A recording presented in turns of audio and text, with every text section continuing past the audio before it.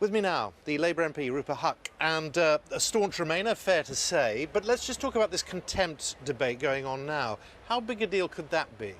I mean, I think it's very serious that we had a motion in Parliament on the 17th of November. The government actually caved in.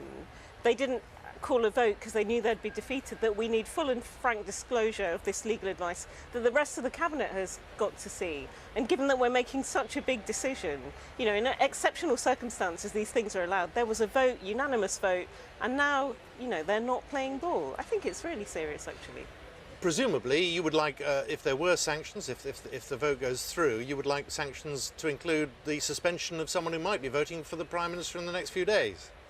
I mean, look, yeah, it looks like he's good at doing the old panto villain thing. Yesterday, I think the Commons descended... We're talking about Geoffrey Cox here, the Attorney General. Behind you! We're almost in pantomime season, aren't we? And it felt like a bit of an Am-Dram thing yesterday. He's good at his baritone voice and doing the theatrics, but there's some serious issues at stake here.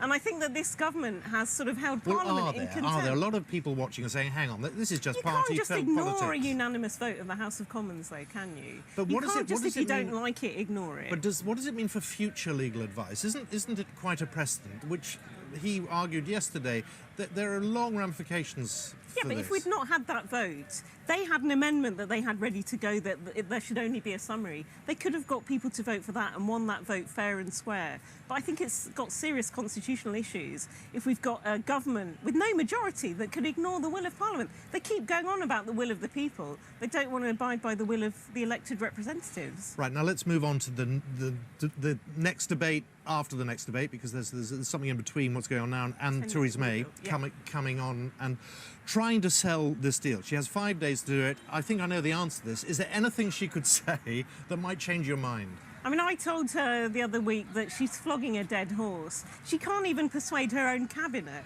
And we're living in unprecedented times. 20 resignations. You know, now people don't even bat an eyelid. The first two Brexit secretaries ever, gone. The Foreign Secretary she handpicked, gone. These are the Brexiteers that were meant to be in charge of the whole thing. I'm on your side! What? Oh, which side are you're hearing, I know, you're hearing it's better than mine, because I don't know who they're representing, because actually we've got both sides here, have we? It's been Stop Brexit for the last 2 weeks, but this just shows how our country has descended into fast chaos, disarray. And I think the only way out of this is a people's vote. Oh, now, OK. Well, talk me through the alternatives, because if Theresa May fails to get her deal through, what do you think will happen? Do you think that your party will now try to trigger a vote of no confidence if she fails, whatever? Yeah, we will do that, and we will push for a general election, because that's what oppositions do. They want to throw out the whole lot.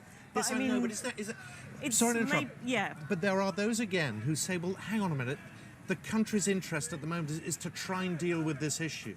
So, I mean, we've seen how divided the nation is. We've seen how divided... Actually, Theresa May has made our party look pretty united. Since I've been an MP in 2015, half the party have been trying to get rid of our leader. She's united all of us.